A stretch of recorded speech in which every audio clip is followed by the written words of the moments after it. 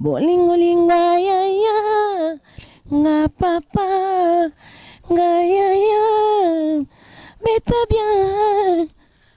bien ko beta bien bolingo linga ya Afrique bon produit nzoto ndeni bon pe produit nzoto tendeni ba bien yo banzoto ayo pozo lu ba problème. Mais j'ai 30 avant nani sinda avant nani ça mo banzimu ne bana nzembo na ete za banzembo atsala mwana sinde za banzembo ko follow mi demoni bato ba follow ba mais j'ai 30 ba sindi ya o ba bimisanga donc ngana bimali boso ba mais j'ai 30 na ba sindi senga na wemba tudne peut-être ba na église baza suba wemba na tout ma kope onde to yeba kiana ndebo yo mto mi luke na problème ngana samsana ngai ngaza pour ça lelo comme chanteuse munene kwa tsala mwana donc producteur et pas ngai il faut produire album a produit carrière na ngai zate ka produire nzoto ba nazana ba producteur belé na zi bango donc to kabona bon pro ba lingara ba produire nzoto asali album mais yo mo ebeta ma na ebité yo kan yo na mais bozana problème. Trois parties, allez c'est télé. Moutou, Liboumou, Pele, Pele,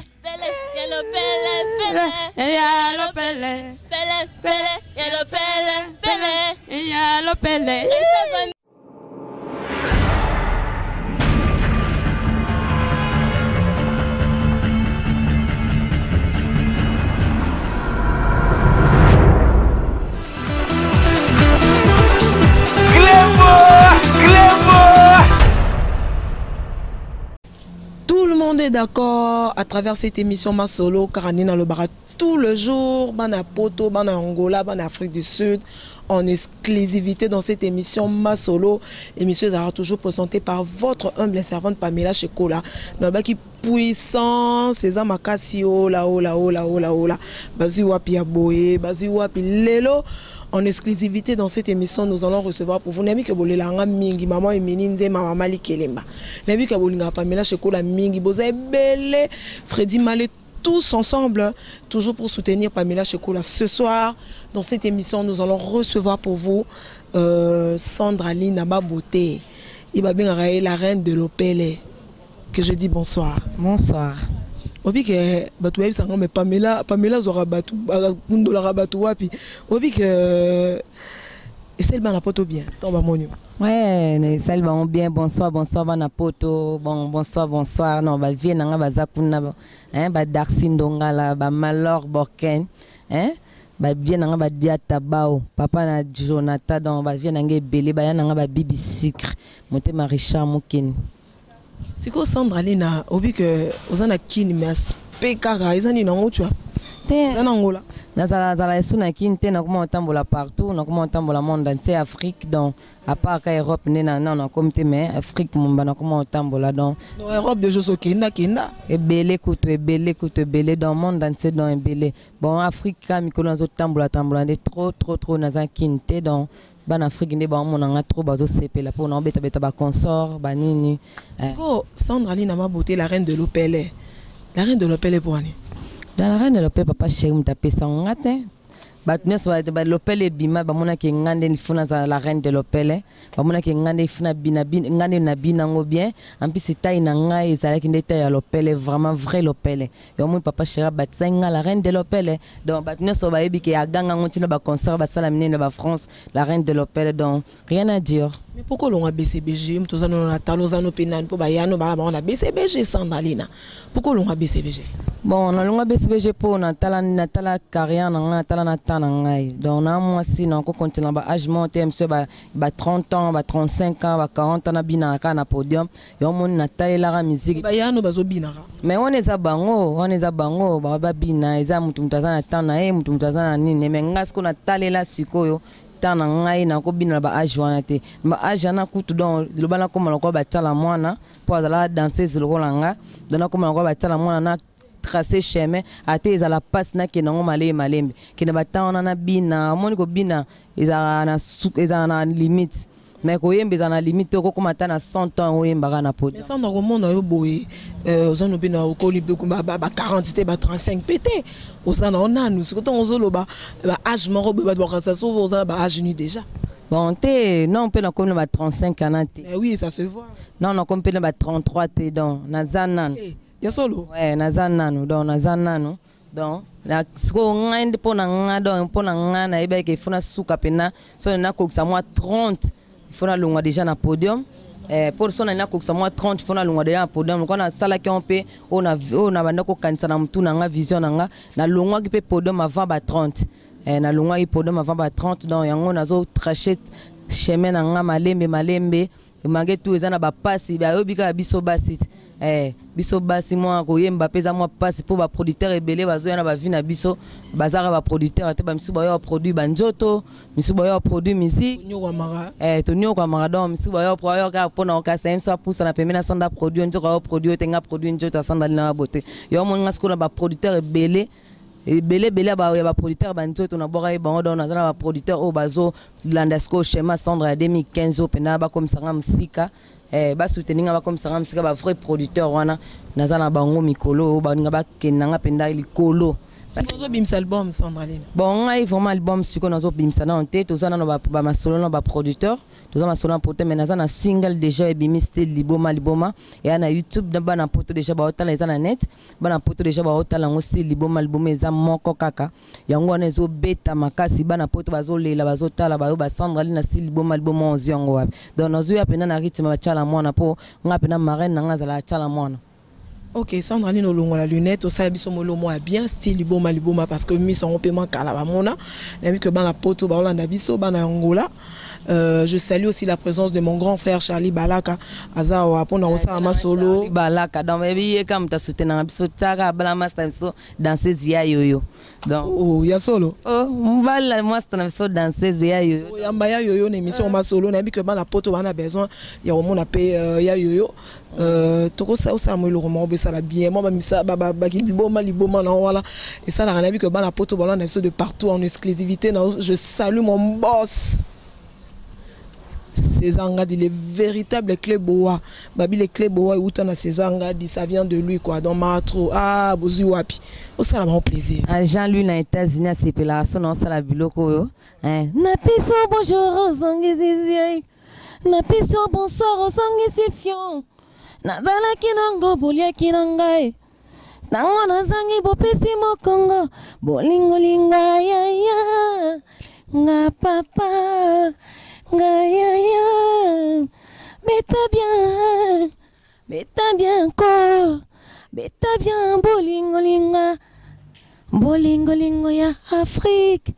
Donc, mke kakana bana poto donc, Sandraline na beauté azali donc azali na bike bole la bolinga nga trop, na continuer ka chemin nga oyemba malembe, donc na okoma kaka. Voilà, Sandraline Natozoko Bobine la le Pele pose à la reine de l'Opele. On les a identité na yo batu ba ebelio nango. On a aussi ma micro na yemba. Non ça la ngo pendant ça la plaisir na bana poto no so Hollande biso.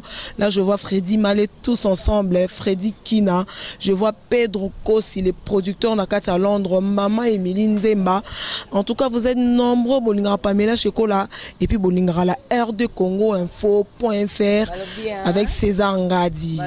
Jogo nakata Londres, Jogo nakata Londres, Trésor Candole, Jogo Akitoko, donc on appelle ici Kebano, Jérémy Kebano, bana poto ba joueur à poto na appelle ça Jérémy Kebano, Trésor Loi, na pesi Bokila, na pesi Bolas, na pesi ba on sort, ba mbota trop félicitations na ba onde ba toto ma 3e, ba Jogo na biso mboka, donc na pesi ba tout nyonso bibi sucre.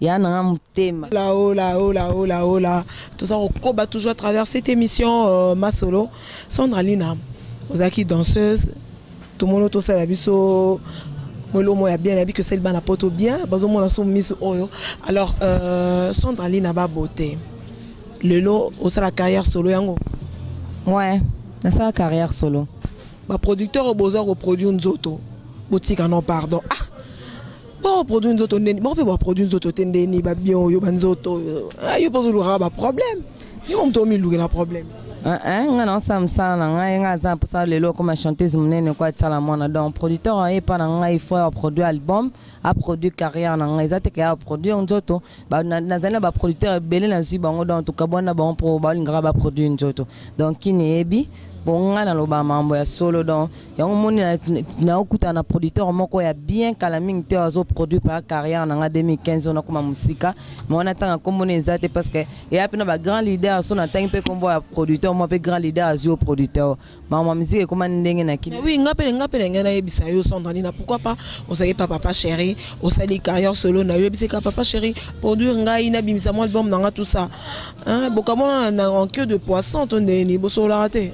On a vient dans tout solara bien mais il pas à producteur te moni ye mon peninga za za ngo to moni ko faire mo produire ba toi azo produire pe ba musicien mososo il peut aussi le faire pour toi Sandra Nina mais au moni que papa chéri to ba non maman papa chéri mon papa chéri vient dans pire vient dans via ba sola to solara bien mon te que ne to ça émission va répéter na sima donc ouais toi on n'a pas le même budget c'est que j'ai bien piano répéter à répéter na sima donc ça vient dans to solara bien ma carte mon ce que ça producteur mais il me dit nga produire nga mais as producteur c'est nga tamba été vient ngai na sala na sala que lobby pe na sala qui na BCBG au chara moi coup de pouce na ba lopele na tout ça au senga kara moi demande mon senga payer taper ça payer te moni déjà il faut sala na ma casa même ça tu donner mon temps dans le bara on est na compte ça BCBG oui mon temps dans le bara déjà soutenant biso moni mo aza artiste aza na posa producteur non mon ba producteur na Congo bazate papa chéri na ba problème belé bazan simane belé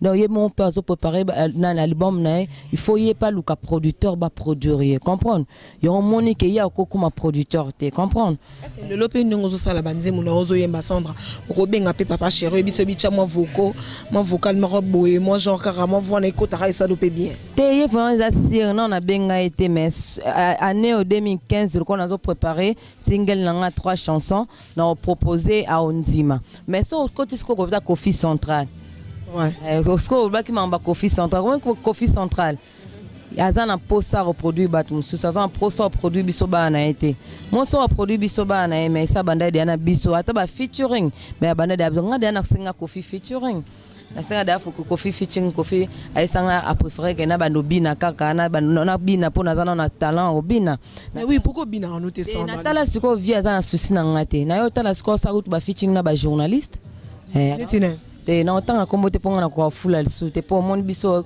ko sa kombo za ni no so te ka kombo na fula mon ko sala kombo lo ko biso ba sandali na bote bi papa chéri ba don ba tanga kombo no batanga kombo no te don na zakaka donc mon ne papa chéri na auto lo bakami te don ata bo lex na émission te ba clip te mais na zakaka papa chéri biso siko to bana neko don fula so fort alobi na rolo ba abia kolobate donc na kolobate donc nga sandali na beauté bomona nga te na zakaka po papa chéri flanga grave mon vient na ko follow mide donc na senga featuring a préféré au pesa nga featuring te a préféré au pesa batum sous donc ça la peut passer mais yo ça nga passe po aza vie moko boye oyo bande pa na ye bande pa na mta bimisa nga mais azana posa bimisa na ko yemba te donc aza sir na ngate ke un jour na ko koma ko ba tchala mona mais papa chéri quand même a pesa biso confesse a misa biso tudune ko tchala mona za na idol na yo na ko yemba po bando bande ka tchala mona te mbila belte moni nzembo tchala mona yemba na chuluba moni nzembo na ngesa na YouTube batala liboma na so batali muta futela nga studio za tchala mona muta forma anenga sala MG30 muta forma nga ina yemba bien yo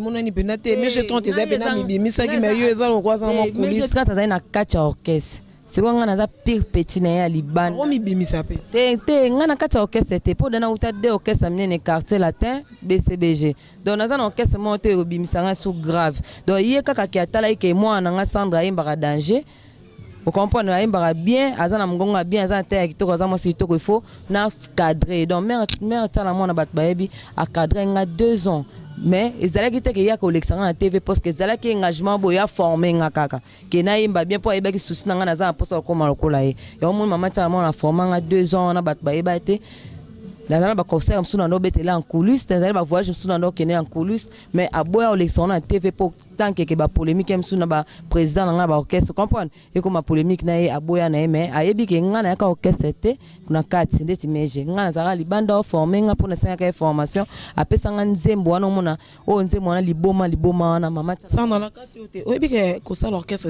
eza oye bana peno o vanda pena lo kwa ba MG30 ba sindi yo azeza ntaka MG30 avandi nani sinda vandi nani sala mo banzembo ne bana nzembo na ete za nzembo atsa tala mwana sindi eza banzemba ko follow me demoni bato ba follow ba MG 30 na ba sindi ya o ba bimisanga donc ngana bimali boso ba MG 30 na ba sindi senga na wemba tudne peut-être ba na église baza suba oyemba na tout makope onde to yeba kiana ndebo il faut bobosa na histoire te donc bango na basali ba orchestre na ba monte ba bimande ti wenge bima yango moko papa chéri bat moto pamba bima ye moko na wenge donc bango ba bima kala kota bato biso to bima ndeti sindi abime pa ko follow me de mais j'ai 30 soki mama tala mwana tenga bimate soki bazala pe amakasi penani bazala makasi pa babima babima na wenge kwa babima na wase bima na wenge kwa papa chéri ba we vient na biso ba we rason babima donc babima kana sima bato na non basali album na l'orchestre te oyebi ke o mais j'ai 30 sali album mais j'ai tout ça l'album karate asali album mais yo ebetama na ebite yo kan yo na mais j'ai besoin d'un problème. Et tu as un problème, tu faut en vérité, bino comme sous oui bah est-ce que yo tangilanganze moni na meje quand ya part ba kanza mama tsala mwana à part nyonso wana sale za ya à part ba kanza mama tsala mwana album nyonso meje oui bande ko beta succès ezaki ya mama tsala mwana lelo bango moko basali album na bango te o ezo sala succès ezo beta na nzela ezate ata sindi ninga zana banje mono so yemba eza ya vie na ko felo mide donc bango ne naza boye na eso ke non basala orchestre te non pe babimisa banzembo te ya bango moko yo ezo beta makasi te banzembo tu ba bien baka o esala ka succès eza ya mopa o eza ya mama tsala mwana et robé ba walelo en tout cas nous allons recevoir dans cinéma bana poto que tu n'es pas aux aïeux morote awa na émission lelo nous allons recevoir yazaki concert nanga azana masolo nanga ya micro donc azaki journaliste mais à comment na comment ba manager na yo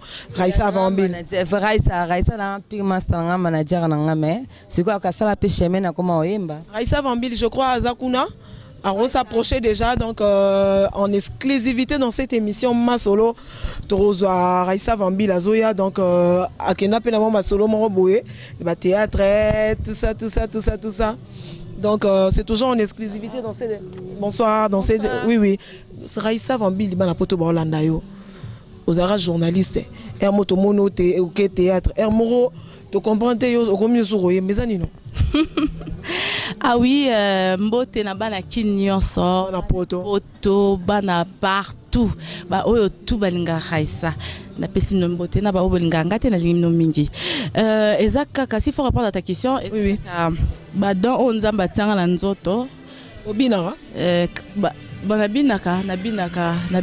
Indi lelo lelo et India Raissa robine la bise en exclusivité dans cette émission. Ouais. Raissa za badon ebele, moni nzambe tanga tie badon katina, faut qu'on exploite dans le bon sens. Donc Raissa ça la nyonso côté cinéma naza, côté chant naza, côté koya robina ouais ba ya sape nazali, ya saebi, côté management pe naza. Voilà. Manager, non comprends. Manager, on manager, ça bon, auto manager, peut ça va aider.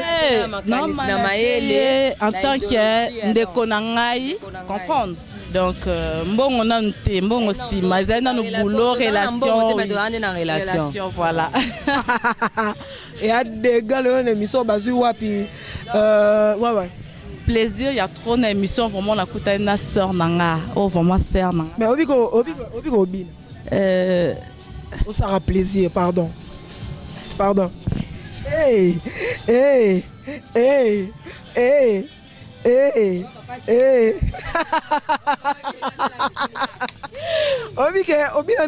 Bon, on a mes caca. On a un chorégraphe, il y a Raissa. En tout cas, mais aux asiko boza la concert awa le 8 mars kalaté na monde boza la publicité tout à l'heure la vie na Charlie Balaka tout ça ouais. Oui, toi on a concert babi concert à ba maman concert à ba vraie chérie le 8 mars oyo à Palm Beach à partir de 16h. Donc Olinga Raissa Vambil il a invité yo mais on va poto. Voilà. Il y a le 8 mars, avant le 8 mars. Donc, si vous avez bandeko, oh, bazana kin, bon rappeler, bon le 8 mars vraiment, bah yo mona basio ba pesa le kumu ya mboka, to fêter ensemble à l'occasion il y a journée de la femme, donc tu invité bino nyonso. Entre temps, vous avez l'appel album na bino Mais Raissa, apparemment, il peut se positionner. C'est positionné placement rot. Narobina, par exemple. Bon, Nakobina, en tant qu'artiste. Retrouver dans le roman. Tu as vu qu'on s'en bat dans les bélés, ouais. Naza musicienne, il faut naître Bina. Et puis, on rêve pas un jour quand on orchestre mon boye au Binapé. C'est Ngazana Tornate. Ngavana Bando Yemba, Tornazaina nous kosa la animation dans la télé, Naza déjà chorégraphe, donc Naza une école de danse Nangai. Naza attend quand un orchestre Moutouté parce que Ngamo Naza leader déjà. Naza na garçon ou Ngamo na dirigeaka. Jusque là na revana noté et puis na âge Naza nango na rosa danseuse parce que je forme les danseuses, voilà. Voilà, tu formes les danseuses. Au sein de l'Abisso, l'Opel, tu chantes, non? Sandra Lee n'a pas beauté, la reine de l'Opel. Tout à l'heure, on a vu ça dans la photo que on démontre les bisous du sous encore une fois. L'Opel, Raissa le rôle Azawana, Raissa le rôle Azawana, Oyem Bango la Mounongo, Pele, Yobino, ça leur a plaisir. C'est un animateur, non? Dans mon système, moi je peux le faire. Ouais, ça m'a plaisir, ça l'a bien. Ah, Mundenge, papa chéri Mundenge. Pele, la reine de l'Opele comme Azawa. Pele, l'Opele, Pele. Aya, l'Opele, Pele. Bon, c'est featuring, tu as featuring, Nayasa. En tout cas, je vous dis que Nassima, maman, la reine de l'Opele, voilà.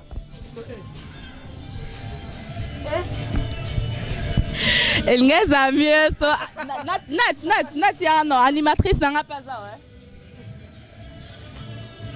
Gloria Victoria as animatrice. Pele, y'a le P. En tout cas, Pele. 3 parties, allez s'il te plaît. Moutou, Iboumou, Pele. Yellow Pele, Yellow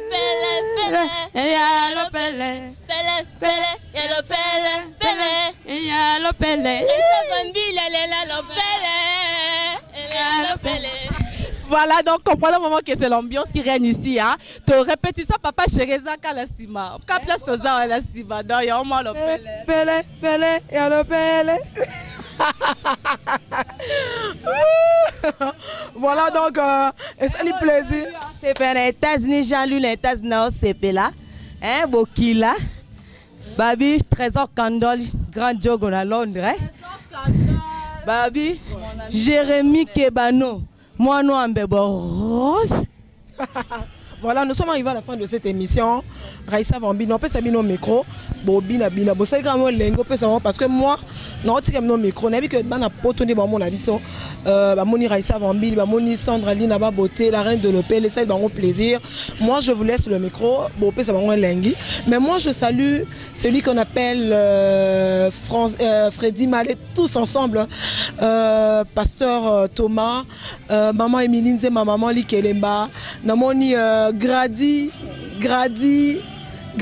Mouya. Donc en exclusivité dans cette émission, moi je remercie celui qu'on appelle Pedro Kossi, Julie Weston et Toumba, Mimi Tazola Molakissi, Laïne, ma copine, Freddy Kina. En tout cas, vous êtes tellement nombreuses. On a revu nos temps à Banal et l'autre lobby. Donc je vous remercie. Je laisse le micro. Na vrai chéro bazar. En tout cas, na habité. Je laisse le micro. Raissa Vambili, nabi ke yosa mute. Maman langaye. Batouba au Cameroun aussi. Daouda Zara, Daouda dans la kin. Donc on a terminé le micro. On s'est plaisir. Bobina Boyemba, ça plaisir. Voilà. Voilà, avant Mingi Tobina bien le 8 mars. Yassa Rosala, Raissa Family Indiana Nakosa, Trésor Candol, Basseur, Love Candol, Trésor Loi, Tobo Sanyote. Mbote Belé, Trésor Jérémy Kebano, Babi Bokila, Bolasi, hein, Balobi, Napiso bonjour aux Zongisissier, Napiso bonsoir aux Zongisifion, Nazala Kinango, Bolia Kinanga, Tango Nazangi Bopesi Mokongo, Bolingo Lingua Raissa, Bolingo Lingua Mako, Bolingo Lingua Dauda. Beta bien, beta bianco bolingo lingwa Soraya ma copine Dauda beta bianco